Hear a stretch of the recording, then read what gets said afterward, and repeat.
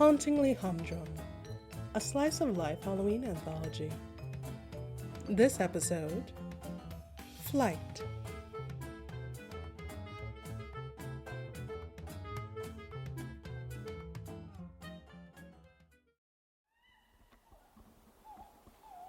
You know what sucks? Not being able to turn into a bat. The rest of my family can instantly transform and fly off into the night sky. But I'm always left behind, watching them get smaller and smaller in the distance.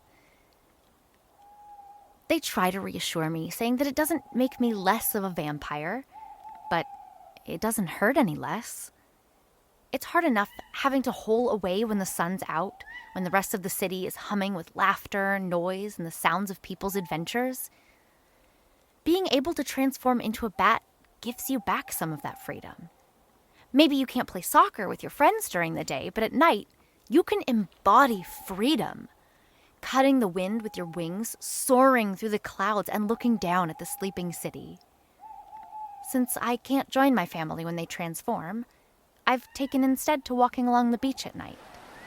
It's windy by the water, and feeling the breeze weave through my hair and listening to the crashing waves gives me some sense of peace and freedom. But I know it's not quite the same. The way I viewed the seaside changed when I met her, though. I was walking along the sand, careful to avoid the sharp shells that could hurt your feet if you're not looking out for them. I was in a trance, lost in thought, when a voice asked, "Hey, you're a Harris, right?" I was shocked out of my stupor and looked up. It was difficult to pinpoint the voice's origin as the breeze blew it around the shore. The moon was fairly large that night, illuminating the water, out of which protruded a head with glowing eyes that were looking right at me. All I could manage was the disgruntled, eloquent. The being in the water then asked me, "You're a Harris? That family of vampires. I can smell it on you. Your family keeps stopping by in my cave and leaving presents. I mean, sure, they're bats, but they could at least come by later to clean up their mess." That's just like my family, honestly. I finally remembered enough words to agree to help this sea person with my family's mess. I would ask them later that night to be more considerate of other people's homes, but I still felt like it was my responsibility to clean up their mess. She then told me her name was Lila, and that she was a merfolk. Then there was an awkward silence where she seemed to want me to follow her into the water. She asked me if I could swim. She said, "You can walk to the cave, but it's faster to swim from here. Oh, and don't worry about air. I already enchanted you with a water-breathing cantrip." That explained the warm feeling in my chest. I looked at the waves crashing down at my feet and stepped further into the water. I focused on my footing as I approached her, using that as an excuse to avoid her glowing eyes. She asked me if I was ready. I nodded, and she covered my hand with hers, leading me deeper into the water until my head was submerged. Everything was dark as the moonlight struggled to breach the water's surface, but I could see her eyes and her illuminated smile as she pulled me deeper and deeper into the ocean. I could feel myself floating in the blackness and felt such a rush of joy I hadn't felt in years. Lila paused and said, "You have to breathe, remember?" I hadn't even noticed that I was holding my breath and took in a large gulp of water. It felt like breathing through molasses, but I felt fine, so I kept following her. She looked so free, twisting and swaying in the water, propelling herself in circles around me, smiling and laughing all the while. It was like she was flying. A soreness in my cheeks made me aware of my own idiotic smile, and listening to the swelling joy in my gut, I kicked my legs and soared through the blackness after her.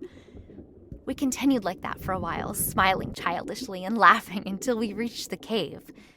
I immediately wished the cave was farther away to give us more time. She lifted me out of the water and onto the cave's rocks, where I was met with a bucket and mop, made of seaweed instead of fabric. I begrudgingly pushed the mop back and forth as I listened to Lila talk, weaving stories out of streams of thought.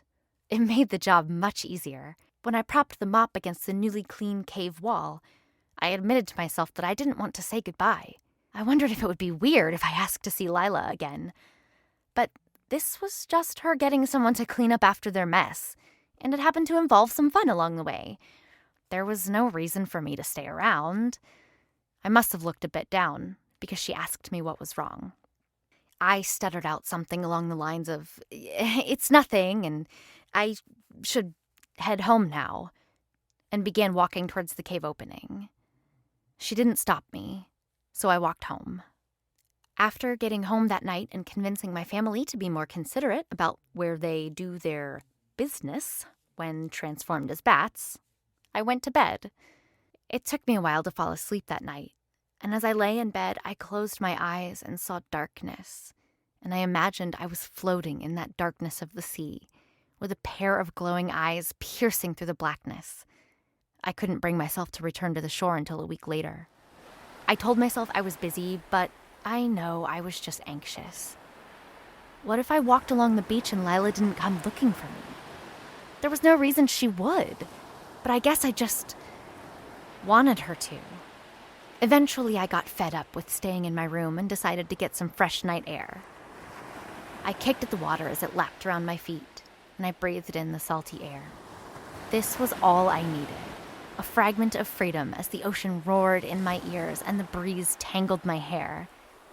And then, barely audible in the wind, I heard a voice ask, Want to go for a swim?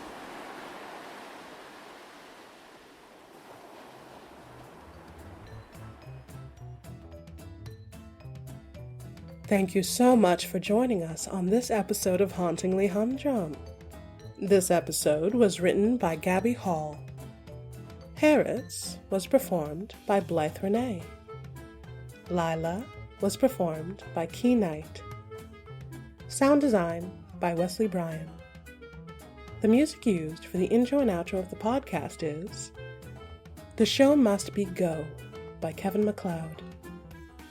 Links for transcripts and cast and crew information can be found in the show notes. Happy Halloween!